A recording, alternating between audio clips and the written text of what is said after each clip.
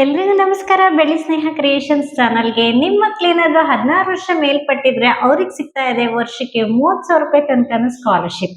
ಹೌದು, ಅಂದ್ರೆ ನಿಮ್ಮ ಮಕ್ಳೇನಾದ್ರೂ 10th ಪಾಸ್ ಆಗಿದ್ದು PUಗೆ ಅಡ್ಮಿಷನ್ ಆಗಿದ್ರೆ ಅಥವಾ ಡಿಪ್ಲೊಮಾ ಆಗಿರ್ಬೋದು, ಡಿಗ್ರಿಗೆ ಆಗಿರ್ಬೋದು ಅಡ್ಮಿಷನ್ ಆಗಿದ್ರೆ ಅಂತಹ ಮಕ್ಕಳಿಗೆ ಸಿಗ್ತಾ ಇದೆ ವರ್ಷಕ್ಕೆ 30,000 ರೂಪಾಯಿ ತನಕನೂ ಸ್ಕಾಲರ್ಶಿಪ್. ಈ ಸ್ಕಾಲರ್ಶಿಪ್ ಅನ್ನು ನಿಮ್ಮ ಮಕ್ಳಿಗೆ ಸಿಗ್ಬೇಕಂದ್ರೆ ಅರ್ಜಿಯನ್ನ ಯಾವ ರೀತಿ ಸಲ್ಲಿಸಬೇಕು, ಹಾಗೇನೆ ಅರ್ಜಿಯನ್ನ ಸಲ್ಲಿಸೋದಕ್ಕೆ ಡಾಕ್ಯುಮೆಂಟೇಶನ್ಸ್ ಎಲ್ಲ ಏನೇನ್ ಇರಬೇಕು, ಹಾಗೆ ಎಲಿಜಿಬಿಲಿಟಿ ಕ್ರಿಟೇರಿಯಾ ಏನೇನ್ ಇರಬೇಕು ಅನ್ನೋದ್ರ ಬಗ್ಗೆ ಕಂಪ್ಲೀಟ್ ಡೀಟೇಲ್ಸ್ ನಾನು ಇವತ್ತು ನಿಮ್ಗೆ ತಿಳಿಸ್ಕೊಡ್ತಾ ಇದ್ದೀನಿ. ವಿಡಿಯೋನ ಎಲ್ಲೂ ಸ್ಕಿಪ್ ಮಾಡ್ದಲೇ ನೋಡಿ. ಹಾಗೆ ಅದಕ್ಕಿಂತ ಮುಂಚೆ ಯಾರೆಲ್ಲ ನಮ್ಮ ಚಾನೆಲ್ಗೆ ಹೊಸಬ್ರಾಗಿದ್ರು ದಯವಿಟ್ಟು ಈಗಲೇ ಸಬ್ಸ್ಕ್ರೈಬ್ ಮಾಡ್ಕೊಂಡು ನೋಡಿ ಅಂತ ಹೇಳ್ತಾ ಬನ್ನಿ ಹಾಗಾದ್ರೆ ವಿಡಿಯೋನ ಸ್ಟಾರ್ಟ್ ಮಾಡೋಣ. ಸೊ ಮೊದಲನೇದಾಗಿ ಹೇಳ್ಬೇಕಂದ್ರೆ ಈ ಒಂದು ಸ್ಕಾಲರ್ಶಿಪ್ ಹೆಸರು ಬಂದು ಅಜೀಂ ಪ್ರೇಮ್ಜಿ ಫೌಂಡೇಶನ್ ಆರ್ಗನೈಸೇಷನ್ ಅಂತ ಹೇಳಿ, ಅಂದ್ರೆ ಆರ್ಥಿಕವಾಗಿ ಹಿಂದುಳಿದಿರ್ತಕ್ಕಂತಹ ಮಕ್ಕಳಿಗೆ ಅವರ ಒಂದು ಉನ್ನತ ಶಿಕ್ಷಣಕ್ಕಾಗಿ ಅಂದ್ರೆ ವಿದ್ಯಾಭ್ಯಾಸಕ್ಕಾಗಿ ಅಜೀಂ ಪ್ರೇಮ್ಜಿ ಅನ್ನೋರು ಈ ಒಂದು ಸ್ಕಾಲರ್ಶಿಪ್ ಅನ್ನ ಬಿಟ್ಟಿದ್ದಾರೆ. ಸೊ ಈ ಒಂದು ಸ್ಕಾಲರ್ಶಿಪ್ ಇಂದ ಮಕ್ಕಳು ತಮ್ಮ ಒಂದು ವಿದ್ಯಾಭ್ಯಾಸವನ್ನ ಚೆನ್ನಾಗಿ ಮಾಡ್ಕೊಳ್ಳಿ ಅನ್ನೋ ಉದ್ದೇಶ. ಸಿಂಪಲ್ ಆಗಿ ಹೇಳ್ಬೇಕಂದ್ರೆ ಇದಕ್ಕೊಂದು ರೂಲ್ಸ್ ಅಂಡ್ ರೆಗ್ಯುಲೇಷನ್ಸ್ ಅಂತ ಇದೆ. ಅಂದ್ರೆ ಎಲಿಜಿಬಿಲಿಟಿ ಕ್ರಿಟೇರಿ ಏನೇನಿರುತ್ತೆ ಅಂತ ನೋಡೋಣ ಬನ್ನಿ. ಫಸ್ಟ್ ಗೆ ಬಂದು ಗೌರ್ಮೆಂಟ್ ಕಾಲೇಜ್ ಅಥವಾ ಗೌರ್ಮೆಂಟ್ ಸ್ಕೂಲ್ಗಳಲ್ಲಿ ಸ್ಟೂಡೆಂಟ್ ಬಂದು ಪಾಸ್ ಆಗಿರ್ಬೇಕು. ಅಂದ್ರೆ ನನಗೆ ಹೇಳಿದ್ನಲ್ಲ 10th ಅಂತ ಹೇಳಿ, 10th ಆಗಿರ್ಬೋದು, PU ಆಗಿರ್ಬೋದು, ಪಾಸ್ ಆಗಿರ್ಬೇಕು. ಸೊ ನೆಕ್ಸ್ಟ್ ಬಂದ್ಬಿಟ್ಟು ಶೈಕ್ಷಣಿಕ ವರ್ಷ ಅಂದ್ರೆ 2025-26ನೇ ಇಸ್ವಿ ಅಂದ್ರೆ ಏನ್ ಈ ಒಂದು ಇಯರ್ ಅಂತ ಇದೆಯಲ್ಲ, ಈ ಒಂದು ವರ್ಷದಲ್ಲಿ ಅಡ್ಮಿಷನ್ ಆಗಿರ್ಬೇಕು. ಇಲ್ಲ ನಾನು ಕಳೆದ ವರ್ಷದಲ್ಲಿ ಅಡ್ಮಿಷನ್ ಆಗಿ ಇವಾಗ ತಗೊಳ್ತೀನಿ ಅಂದ್ರೆ ಆಗಲ್ಲ, ಇದೇ ವರ್ಷದಲ್ಲಿ ಅಡ್ಮಿಷನ್ ಆಗಿರ್ಬೇಕು. ಸೊ ನೆಕ್ಸ್ಟ್ ಬಂದು ಕೋರ್ಸ್ ಅಂದ್ರೆ ಏನ್ ಕೋರ್ಸ್ ತಗೋತಾ ಇದ್ದಾರೆ, ಸಪೋಸ್ ಒಂದು PU ಆಗಿರ್ಬೋದು ಇಲ್ಲ ಡಿಪ್ಲೊಮಾ ಕೋರ್ಸ್ ಆಗಿರ್ಬೋದು, ಈ ಒಂದು ಕೋರ್ಸ್ಗಳು ಬಂದು ಗವರ್ಮೆಂಟ್ ಅಥವಾ ಪ್ರೈವೇಟ್ ಆಗಿರ್ಬೋದು ಅಥವಾ ಯೂನಿವರ್ಸಿಟಿಗಳಲ್ಲಿ ಈ ಒಂದು ಕೋರ್ಸ್ಗಳನ್ನ ಮಾಡ್ತಾ ಇರ್ಬೇಕು. ಒಟ್ಟಾರೆ ಹೇಳೋದಾದ್ರೆ ಸರ್ಕಾರದಿಂದ ಮಾನ್ಯತೆ ಪಡೆದಿರ್ಬೇಕು ಈ ಒಂದು ಸ್ಕಾಲರ್ಶಿಪ್ ಅನ್ನ ತಗೊಳ್ಬೇಕಂದ್ರೆ.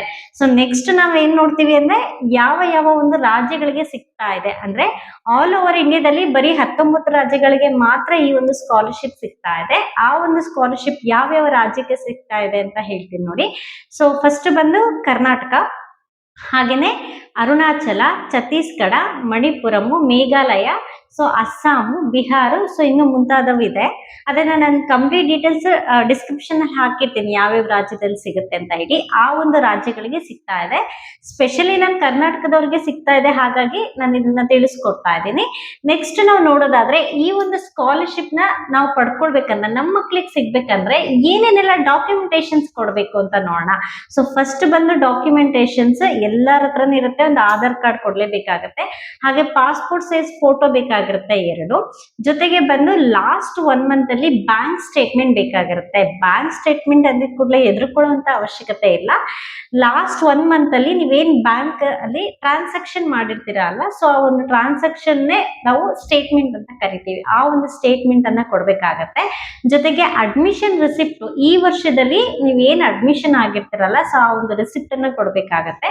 ಜೊತೆಗೆ ಬಂದು 10th ಅಥವಾ 12th ಅಂದ್ರೆ 10th ಪಾಸ್ ಆಗಿರೋರು ಅಥವಾ PU ಸೆಕೆಂಡ್ PUC ಪಾಸ್ ಆಗಿರೋರು ಅವರು ಒಂದು ಇದನ್ನ ಕೊಡ್ಬೇಕಾಗತ್ತೆ, ಏನು ಮಾರ್ಕ್ಸ್ ಕಾರ್ಡ್ ಅನ್ನ ಪ್ರೊವೈಡ್ ಮಾಡ್ಬೇಕಾಗಿರುತ್ತೆ. ಜೊತೆಗೆ ಸೊ ಇಷ್ಟು ಒಂದು ಡೀಟೇಲ್ಸ್ ಅನ್ನ ನೀವೇನ್ ಮಾಡ್ಬೇಕಾಗತ್ತೆ, ಕಲರ್ ಪ್ರಿಂಟ್ ಅಲ್ಲಿ ಅಪ್ಲೋಡ್ ಮಾಡ್ಬೇಕಾಗತ್ತೆ. ಸೊ ನೀವು ಜೆರಾಕ್ಸ್ ರೂಪದಲ್ಲಿ ಅಪ್ಲೋಡ್ ಮಾಡೋ ಹಾಗಿಲ್ಲ, ನೆನ್ಪಿಟ್ಕೊಳ್ಳಿ, ಕಲರ್ ಪ್ರಿಂಟ್ ಅಲ್ಲೇ ಅಪ್ಲೋಡ್ ಮಾಡ್ಬೇಕಾಗಿರುತ್ತೆ. ಸೊ ಇದು ಬಂದು ಡಾಕ್ಯುಮೆಂಟೇಶನ್ಸ್. ನೆಕ್ಸ್ಟ್ ನೋಡೋದಾದ್ರೆ ನಾವು ಅರ್ಜಿನ ಯಾವ ರೀತಿ ಸಲ್ಲಿಸ್ಬೇಕು. ಸೊ ಆರಾಮಾಗಿ ನಾವು ಮೊಬೈಲ್ ಅಲ್ಲೇ ಇದನ್ನ ಅರ್ಜಿಯನ್ನ ಸಲ್ಲಿಸಬಹುದು.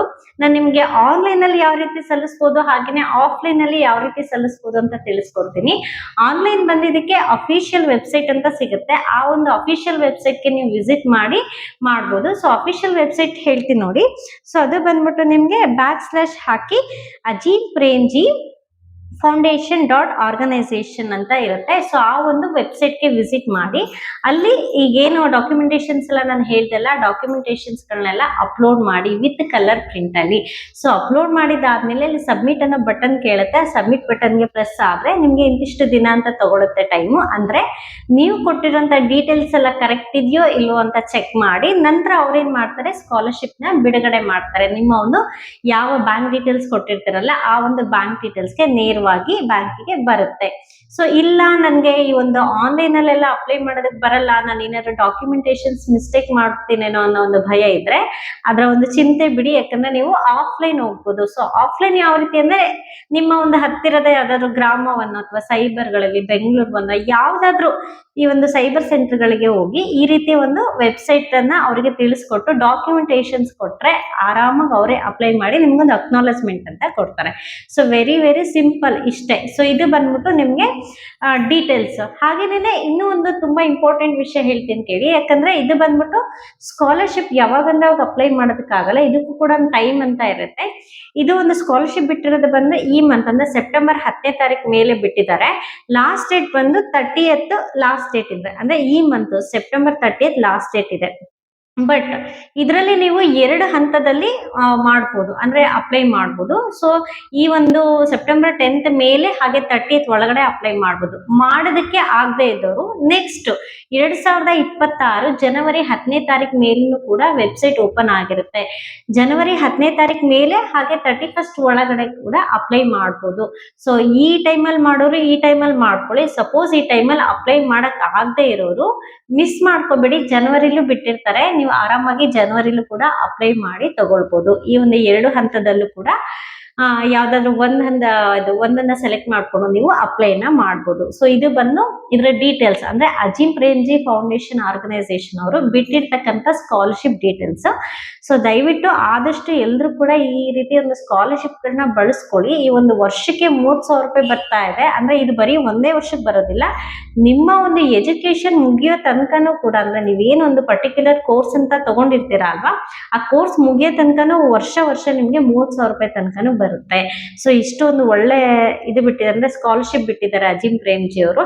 ಹಾಗಾಗಿ ಎಲ್ಲರೂ ಕೂಡ ಬಳಸ್ಕೊಡಿ. ಹಾಗೇನೇನೆ ನಿಮ್ಮ ಮನೆಯಲ್ಲಿ ಯಾರು ಈ ಒಂದು 10th ಪಾಸ್ ಅಂದ್ರೆ ಆಗಿದ್ದು ಕೂಡ ತುಂಬಾ ಎಜುಕೇಶನ್ ಎಲ್ಲ ಮುಗಿಸ್ಕೊಂಡಿರ್ತಾರೆ ಅಥವಾ ಇನ್ನು ಸಣ್ಣ ಪುಟ್ಟ ಮಕ್ಕಳಿದ್ರೆ ನಿಮ್ಗೆ ಇದು ಯೂಸ್ ಆಗಲ್ಲ ಅಂತಂದ್ರೆ ಅಟ್ಲೀಸ್ಟ್ ಬೇರೆ ಯಾರಿಗಾದ್ರೂ ಯೂಸ್ ಆಗಿದ್ರೆ ನಿಮ್ಮ ಫ್ರೆಂಡ್ಸ್, ರಿಲೇಟಿವ್ಸ್, ಫ್ಯಾಮಿಲಿ ಯಾರೇ ಆಗಿದ್ರು ಅವ್ರಿಗೂ ಕೂಡ ಶೇರ್ ಮಾಡಿ. ಸೊ ನಿಮ್ಮಿಂದ ಅವರಿಗೆ ಯೂಸ್ ಆಗುತ್ತೆ. ಹಾಗೆ ಇದೇ ರೀತಿ ನಿಮ್ಗೆ ಇನ್ನಷ್ಟೊಂದು ಹೆಚ್ಚಿನ ಲೇಟೆಸ್ಟ್ ಅಪ್ಡೇಟ್ಸ್ಗಾಗಿ ನಮ್ಮ ಚಾನಲ್ಗೆ ಸಬ್ಸ್ಕ್ರೈಬ್ ಆಗೋದನ್ನ ಮರಿಬೇಡಿ ಅಂತ ಹೇಳ್ತಾ ಥ್ಯಾಂಕ್ ಯು.